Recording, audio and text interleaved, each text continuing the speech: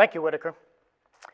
You may have noticed we take social distancing here at UU Columbus very seriously. You may have noticed last week that actually Whitaker records the music on a different day than I record the service itself.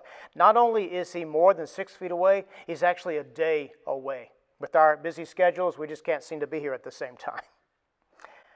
Welcome to the Unitarian Universalist Fellowship of Columbus, an inclusive religious community of people supporting each other in the search for truth and meaning. I'm Rick Spradlin, your service leader. The chalice is a symbol of Unitarian Universalism. It speaks to us of reason, tolerance, and freedom, but also of compassion, respect, and love. May its flame ever warm and illuminate our lives.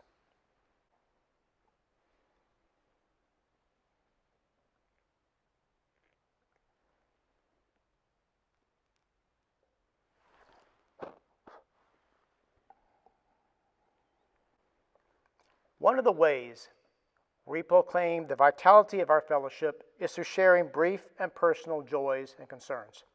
I'll start by lighting a candle for any fears that you may have.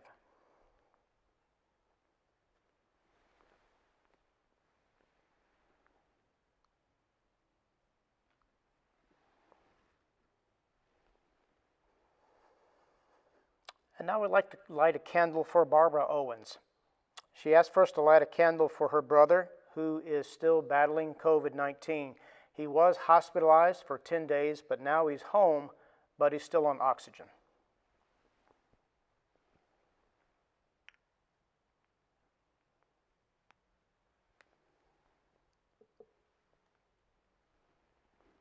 And now we'll light a candle for John Land, who is going through his own health concerns.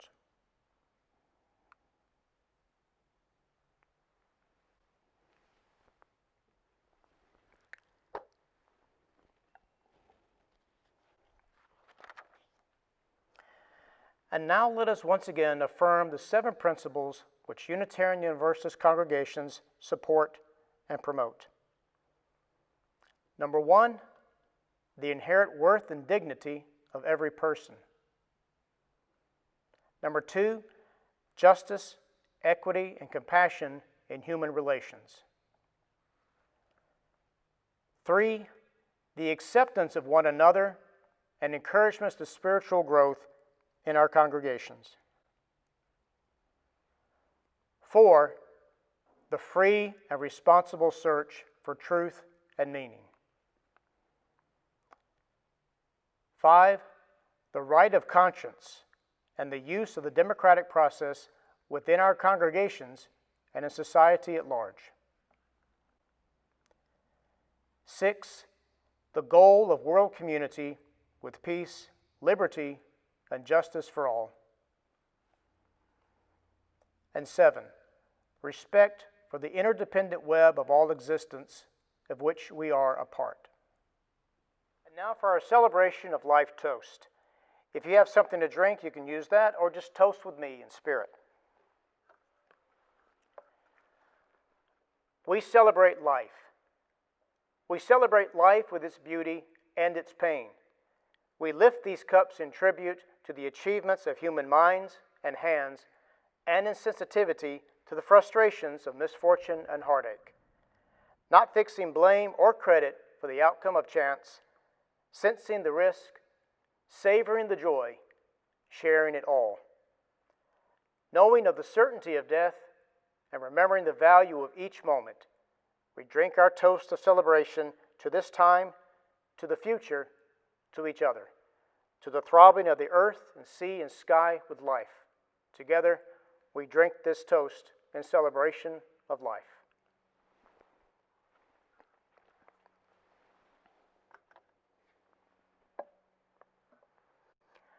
And now for our offering. If you would like to contribute, you can mail your contribution to UU Fellowship of Columbus, Box 698, Fortson, Georgia, 31808. We have a PayPal account set up as well. And now Whitaker will play for us.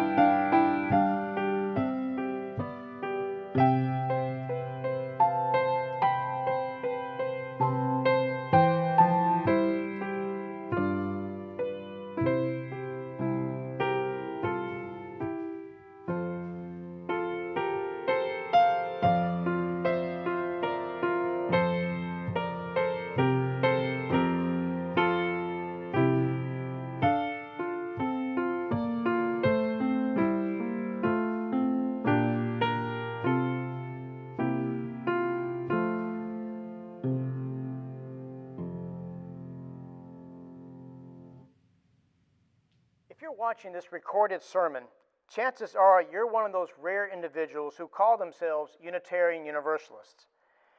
If you're drawn to Unitarian Universalism because you believe it's an easy religion, then I'm here to burst your bubble. There are people who say that UU is easy because we have no creed to follow, no central scripture to adhere to, no singular personal life to imitate, no central belief about God. UUs get to pretty much believe whatever they want.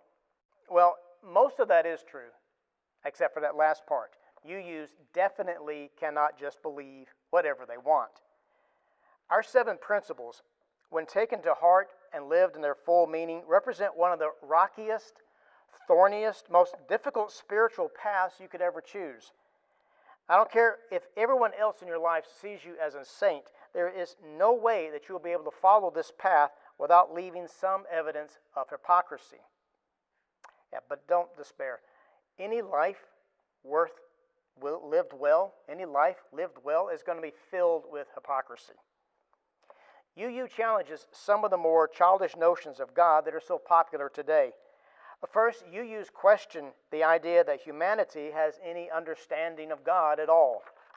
Among Unitarians, the Christian and the atheist stand on equal ground when it comes to theological authority, and that is something that those outside of UU, assuming they even know we exist, find absolutely confounding. Second, UUs question the notion that any human being understands God so perfectly as to stand in as his representative. Those Unitarians and Universalists from our history whose words we revere, people like Theodore Parker, Hosea Ballou, William Ellery Channing, Ralph Waldo Emerson, Henry David Thoreau, are honored because their words resonate with something inside us. The writers themselves have never been held up as saints in any way. Third, UU questions the belief that a strong religion requires that each and every member hold the same beliefs. One of the reasons that UU is a non-creedal religion is that the UUs of old recognized that no matter how many times you have people recite a list of beliefs, no two people will ever interpret those beliefs in exactly the same way, just like no two Unitarians interpret our 7 principles in exactly the same way. But our faith isn't really based on the 7 principles, it's based on a dialogue, a discussion about those principles. No two people of any denomination will have the same religion. For UUs, faith is something that exists beyond the beliefs. Reverend Douglas Taylor of the Meadville Lombard Unitarian Universalist Theological School recommends a book by James Fowler entitled Stages of Faith. In this book, Fowler talked about the human development of faith as something separate from beliefs and a person's personal religion. Now, it may be helpful to see a distinction between religion as a set of answers and beliefs and religion as an ongoing journey of deepening and maturing. There's almost a distinction between beliefs and faith. James Fowler saw it that way. They draw out of you answers that are likely to change and grow as you continue on your own journey of growth and discovery, of development and maturity. It's not about arriving at the ultimate set of timeless and permanent truths. Rather, it's about developing the qualities of spiritual maturity. Fowler listed 6 stages of development. The 6th and final stage is one that really excites people. It's in that stage that persons such as Gandhi and Mother Teresa, saints, and people who have reached enlightenment. The great mark of those rare people who are considered to be in this stage is that they live in a kind of universal understanding of life. More often, there are people in whom there are glimpses of this way of seeing and living in the world. It's a hard way to actually fully live, but one synopsis has this description. It's from a UU curriculum manual. It says, they live with a felt participation in a power that unifies and transforms the world. For this reason, many times they are seen as subversive by the establishment and often die at the hands of those they wish to change. There's something about such people. They are grounded in life, but they seem to be larger than life. It's not just the famous people who are counted in this list. Many extraordinary souls are out there.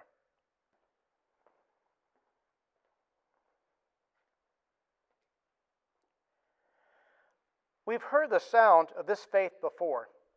We heard it in the voice of William Ellery Channing, Unitarian minister, when he wrote, "I call that mind free, which discovers everywhere the radiant signatures of the infinite Spirit, and in them finds help in its own spiritual enlargement."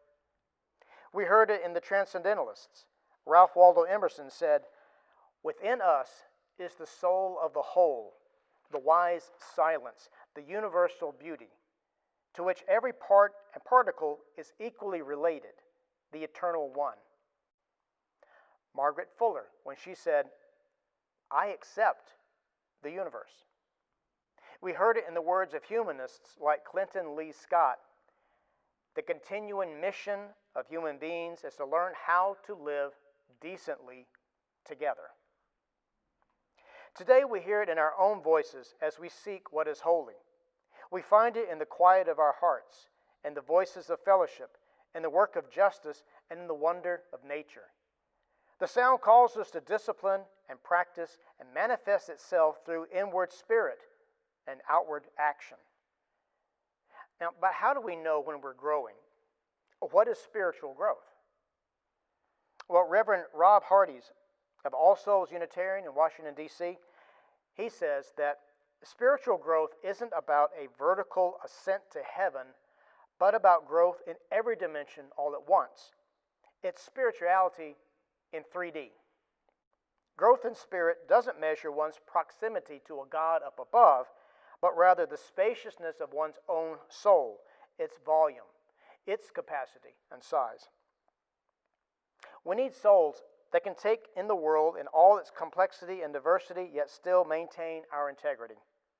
We need souls that can love and be in the relationship with all of its complexity. Instead of fight or flight, we need a spiritual posture of embrace.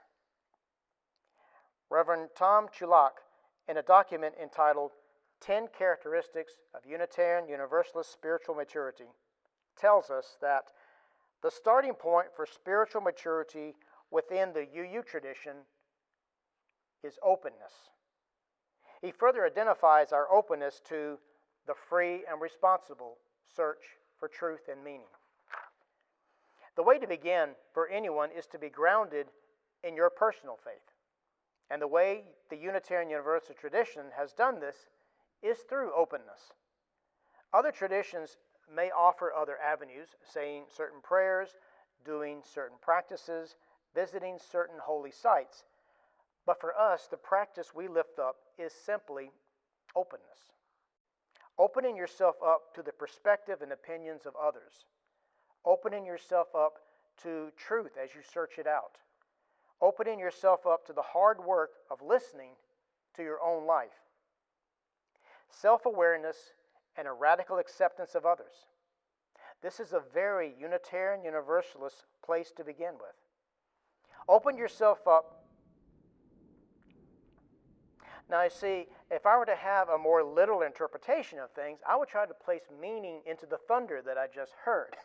But in my search for truth and meaning, I understand that lightning is very hot and it causes the air to expand.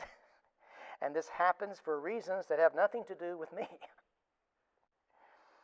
Open yourself up to the free and responsible search for truth and meaning.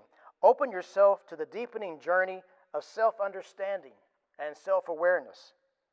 Allow yourself to open up to others, offering a radical acceptance of those who are different from you, especially those that you don't like. You don't need to control your interactions. Don't be afraid of other people's differences. Instead, be open. Learn and grow from that encounter. This is the Unitarian Universalist starting point for spiritual maturity. Openness to yourself and your journey. Openness to others and new perspectives. Openness to being changed, to growing. Thank you for listening.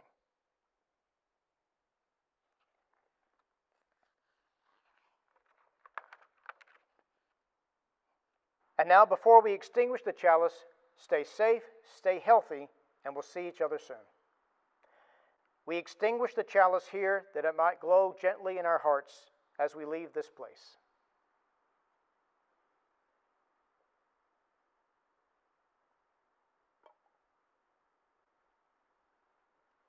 And now for our closing words. With unity of spirit, we go our ways in universal fellowship until we meet again. And now Whitaker will play us home. Whitaker?